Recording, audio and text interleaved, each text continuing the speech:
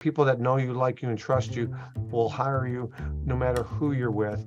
But for somebody that doesn't know you, like you, and trust you, Randy, that brand does lead credibility. Do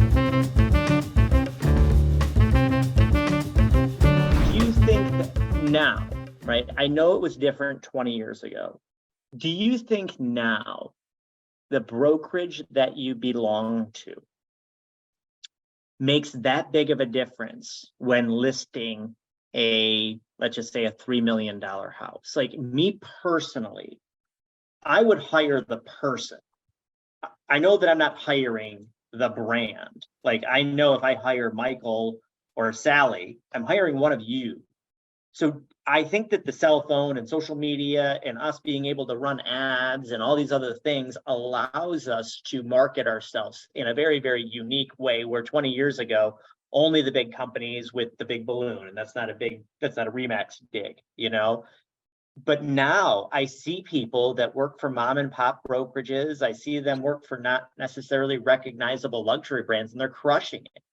So like, do you think that there is an advantage, or do you think that the margin is so slim that like you're just like, just go do it, just brand yourself as luxury? It's what you make of it.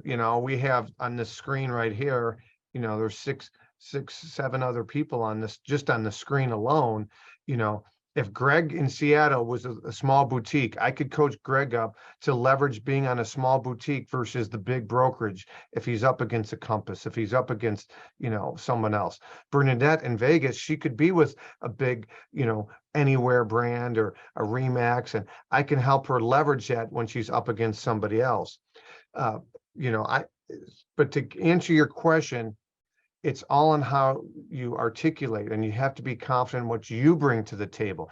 You see, there's some people out there that let's just say Greg was with Remax. Greg's team powered by Remax. No, I believe Remax is powered by Greg, and so that's how I always look at it. Don't think like a real estate agent, think like a marketer. So, a year ago, I listed a $3 million home in my market. I'm a licensed agent and live in Wheaton, Illinois, suburbs of Chicago. And the guy was a former CEO of Office Max. I mean, big time CEO. Now he's the CEO of Newell Brands. And I was switching brokerages in 2 weeks. And during that appointment, I was up against two others. There were three of us going for the listing. He said, I noticed you don't have a whole lot about your brokerage on your website. Well, you still don't today. My website as an agent is luxchicagolandhomes.com, Luxe chicagolandhomes.com. I told him, Ravi, I got to tell you, I'm switching brokerages here in a couple of weeks.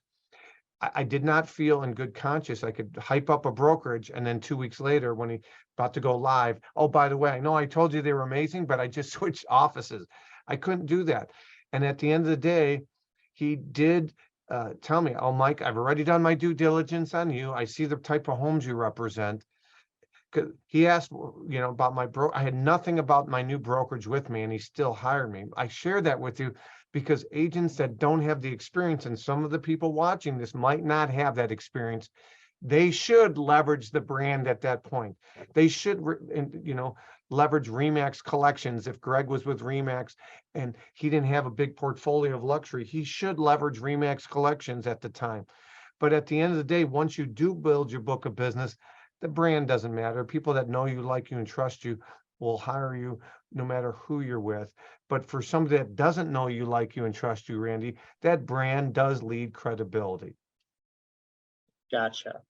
So do you think that, so you say leverage the brand, another agent in the office, a team. So if you don't have the real experience, and Logan posed a question, like, what do you do if you don't have the experience? You're saying leverage one of those variables to say, like, myself and somebody, I think everybody here is either part of a team or obviously part of a brokerage, right? They know somebody that's done luxury. I'm sure that they, as a peer, would be willing to help you and coach you as well. So when you go into that listing presentation, maybe lean in on that a little bit more so. Yeah. To say, listen, this is what we do. This is how many proper luxury listings that they've sold, etc. Yeah, there's a couple of ways you can leverage it, right? You can leverage it with a third-party entity, right? That's what Dugan's doing. down in Nashville. He would co-list at 16 million with me, and he's bringing my credibility to the table. But if I was in Logan's office down in Nashville, he can bring in that local agent that has the track record. So if we were role playing Randy and you were that track record agent, hey, Randy, I got an amazing opportunity I got this listing appointment coming up. It's XYZ. It's in this price point. I'd love for you to go on it with me. I would do a 50-50 on the deal, because again, internally 50% of something that I can leverage is a lot better than 100% of nothing that doesn't sell and doesn't pay the bills. So in a selfish world, I would like that listing to be in my name, Randy, and you'd be the co-listing agent. I might not say that directly to you, but those that are watching, try to keep it in your name if possible. But maybe it makes sense to go under Randy. Maybe Randy's part of all these different networks, and it'll be so much more exposure to help you get the listing, and you'll just be the co-listing agent. So that's what I would do, Logan Jones, with that great question. Leverage other people within your brand, within your brokerage. And if you remember, I talked about OPP, the 3 letters. The first is going on other people's broker opens. The second is hosting other people's open houses.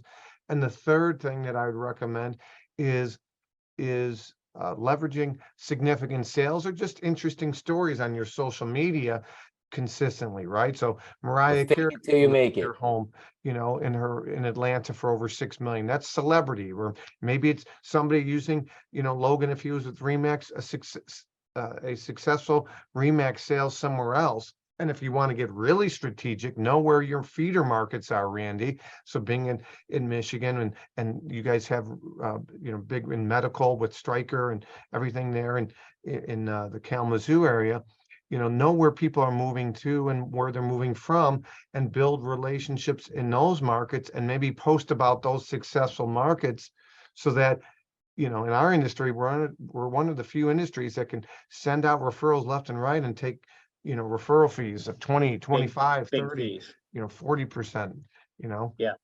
So fake it till you make it, basically. Fake it till you make it, but fake it and leverage the stuff that's in front of you to help build a brand if you don't have that portfolio yourself.